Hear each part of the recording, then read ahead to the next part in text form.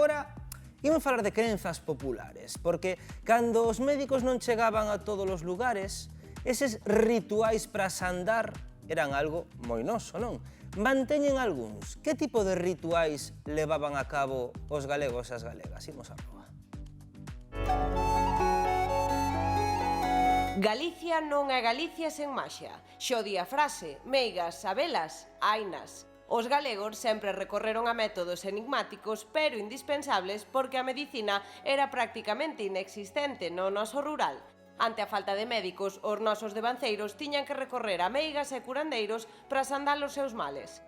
Había moitas condicións temidas, o meigallo, o aire, o mal de ollo. Facíase todo o que se podía para evitar caer nestas doenzas porque tiñan difícil remedio e podíanse converter nunha auténtica desgraza. Afectaban ao corpo e á alma e minaban o espírito e o ánimo lentamente. Tanto para curar delas como para previlas, utilizábanse amuletos e executábanse ritos preventivos. Ademais, romarías como a da Virxe do Corpiño popularizaron enormemente pedir a intercesión dos santos para evitar padecementos. Así e todo, ás veces era imposible fuxir deles, e aí entraban os curandeiros e as meigas. Cando era necesario buscar a axuda de entendidos, cada recuncho de Galicia contaba con alguén que se encargaba de curar os nosos antepasados. E para curarnos, as nosas expertas botaban, e aínda botan man, de ritos tradicionais que sobreviviron a séculos de historia.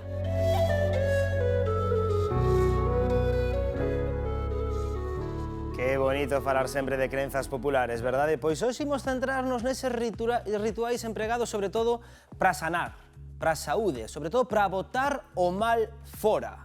E para iso acompáñanos a nosa meiga tradicional de confianza. Que tal, Lola Blanco? Moi bo día. Bo día, moi ben. Seguimos crendo nisto? Sí, como non se vai creer. É unha tradición que vai con nós. O sea, en cada casa había unha muller que sabía facer as limpezas de quitar o aire, de quitar a sombra, outras cortaban o que se chama a envidia. Despois tamén hai rezos para curar enfermedades, que lle chamaban a culebrilla. Ti facías?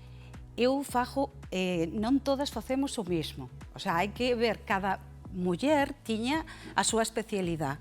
O meu é de quitar o aire, quitar as envidias, os malos ollos e eso. Pois niso queremos afondar. Claro. Seguen recorrendo a ti? Sí. Por exemplo, quitar o aire. Que é iso de ter o aire? É unha expresión que, mellor, moita xente non coñece en Galicia.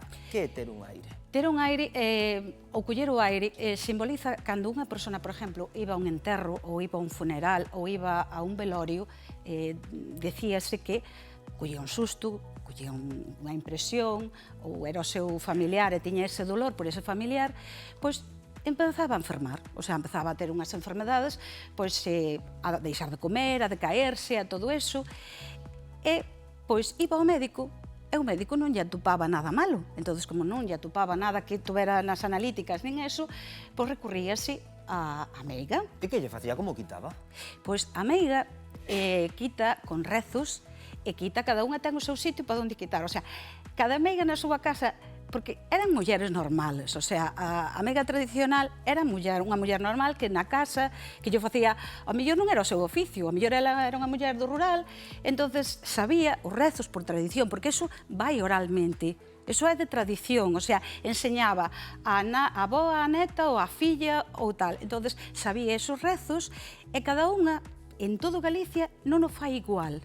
Cada unha tiña a súa forma de facer os rezos. O sea, unha podía facelo diante da lareira, que é como o altar sagrado da meiga, entonces meiga ou curandeira, porque a moitas mulleres non lle gusta que lle chamen meiga, porque esa palabra foi moi denigrada de alguna maneira, entonces pois, o de meiga sempre se asociaba ao mal, pero meiga simboliza maga. Lola, e a máis dos rezos, do que nos traes hoxe aquí, algo valía para quitar o aire? Isto máis ben que traemos aquí son para adivinar, o sea, para adivinar, para saber se o tiñas. Ia che dicir, porque está aquí unha baralla de cartas? Porque moitas mulleres o miraban ca baralla. E outras noutras zonas miraban o ca peneira. A peneira non está preparada como para facer... Isto era como un péndulo, o sea, agora sería como un péndulo, donde se utilizaba, puñas a tixeira, metíase, o sea, había que espetala, entón, un burato, metíase aí, despois puñaselle o rosario, e isto non é, isto é algo que me explicaron e me dixeron, non é algo que eu faja, pero si o vin, é increíble. E se o tiñas que facía un movimento distinto? Isto como? Puñase un dedo, a ver se para que se ven a cámara, o sea, puña, por exemplo, ti poñas o dedo aquí, a outra persona puña o dedo aquí, e a Para que a xente peneira, vexa na sí, casa, mira. exactamente.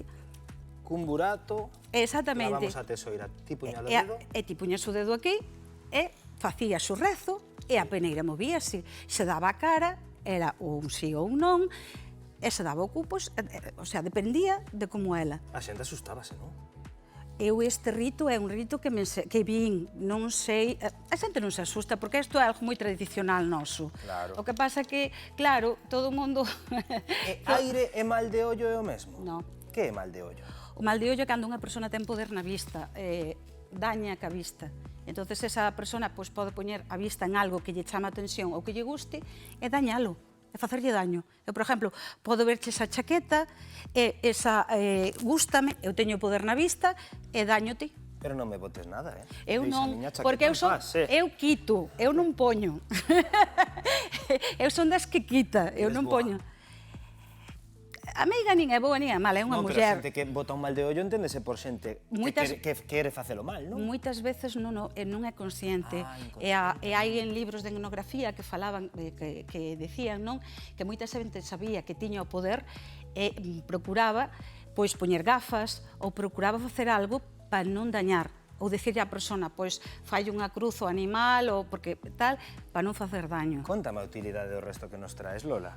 Isto era a forma de, cando se iba a un enterro ou un velatorio, para non coller o aire, había unha tradición, non?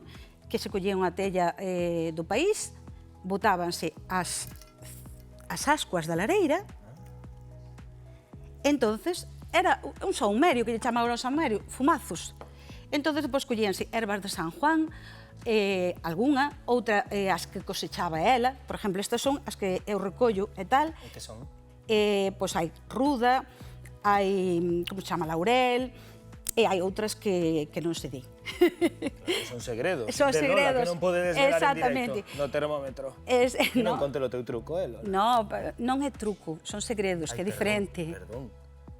Ven en corrixir os tecnicismos. Exacto, exacto. Entonces, puñanse as ervas, facíase, isto empezaba a arder, como en calquer tipo de incienso, entonces a tella puñase no suelo e a xente saltaba dun lado ao outro facendo unha cruz. Como se fose unha fogueira de San Xoán. Claro, é o mismo. E quedaban protegidas contra o aire. Non collías, o sea, ti tiñas que chegar a casa e iso facías en case todos os hogares. Chegabas a casa, o primeiro que había que facer, que agora non se fai, era cambiar a roupa e facer o que é o fumazo, saltar. Eu é o que conozo, que despois cada muller ou cada casa ou cada sitio... maestriño ten o seu libriño, O seu libriño. Claro. Falamos de aire, falamos de mal de ollo, e unha expresión que eu non coñecía. Que é o de subir ou baixar a paletilla? A que se refire iso?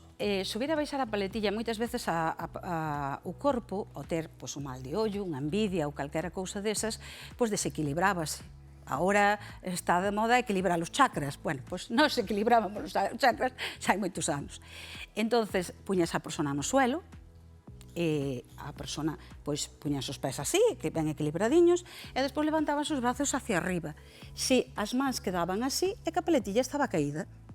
Despois volvíase, facían os rezos, facíase uns gestos que facía a muller que o estaba facendo ou o home. Eu falo de muller porque a maioría que fai isto somos mulleres. Entonces, despois de facer os rezos, volvían as mans ao seu sitio. É unha forma de equilibrar o que é o corpo, o sea, é algo tamén orgánico, como o quiropráctico. Entonces, eso que facía é que había moitas veces cando a paletilla estaba caída, había dolor de estómago, cansancio, malestar, entonces, tío, ao equilibrar eso, o teu corpo pues, estaba en equilibrio. Que bonito escoitarte, Lola. Canto sabes? Bueno, E que fermosas cousas que nos traes. Sí, para poder falar de... facía falta... Ui, ese outro día volvemos a convidarte e seguimos falando, vale, Sí, de rituais. sí. Lola, un placer. Igualmente. Grazas por acompañarnos no termómetro. Gusta